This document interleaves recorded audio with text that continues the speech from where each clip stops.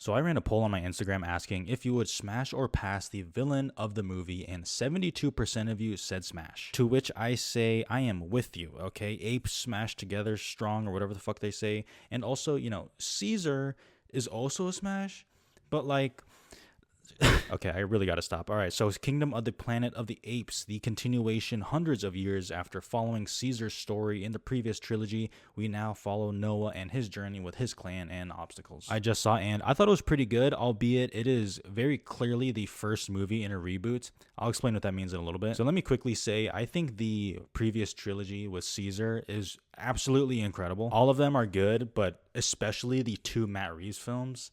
Sorry, James Franco. And I think my affection for those movies both hurts and helps my feelings on this movie here. The problem with a lot of continuations or reboots or Lego sequels, whatever you want to call it, is it has to honor what came before it while also creating a new path for itself here.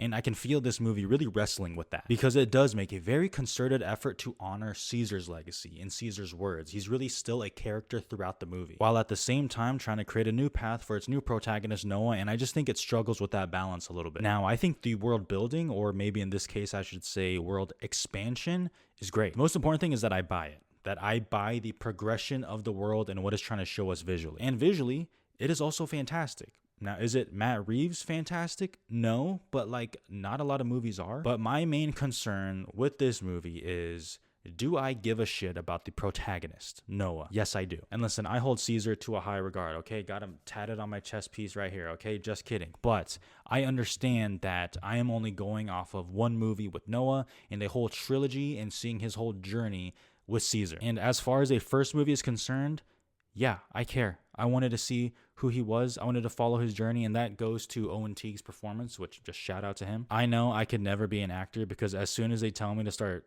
moving like an ape, like I will break character. It doesn't matter how much money I get paid, I will break character. And obviously it goes without saying, the visual effects on this movie is just unbelievable. There are so many sequences where it just feels like a flex, and I'm still shocked that even in the year of our Lord 2024, that visual effects can look that good. There's a scene in the third act with water, and I was watching that whole scene and I'm just like, how the fuck? I feel so cheated watching every other garbage CGI movie with a similar budget to this. Like, what are we doing? But if I could pivot for a little bit here, this movie ain't perfect. Going back to how I said this feels like a first movie in a reboot or continuation, Lego sequel, whatever you want to call it, this movie falls back into exposition a lot. There are moments where it just feels like it's trying to catch up to people who haven't seen the previous trilogy. Like it feels like a deliberate attempt to do that. And because it does that, it feels bloated in certain moments there, and especially with its episodic form of storytelling, there are just moments where the pacing comes to a halt. And whether that's because it feels like it's trying to catch up the audience on what happened before it,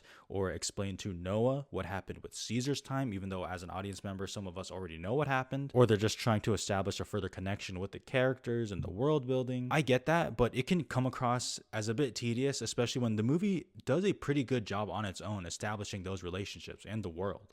Like, you don't need to do it over again. But I don't know, maybe I'll feel differently watching it in a second time. But I will say, just a personal double-edged sword of it is a positive but also a disappointment for me is the villain. The villain, whose name is Proximus Caesar, top 5 hardest name of all time. He is just underused, though. I love the idea of using Caesar's legacy and his words and twisting it into this religious cult-like figure and following for his own gain. Like, that's a really smart idea. The only thing is, like, we don't run into him until we are pretty far along in the movie. And then even from that point on, it's still not a lot in terms of total runtime. And you feel that because Kevin Durant, I almost thought of Kevin Durant. My Phoenix Suns are out of the playoffs. We got swept. But Kevin Durant is giving a very good performance, and that is a shout out to him. Not only is he great, but the screen presence is there, and because of that, you really feel his absence. And I think they do give off a pretty intimidating presence. Him and this bitch gorilla here, who just bodies other apes harder than Kendrick bodied Drake. Okay, like it's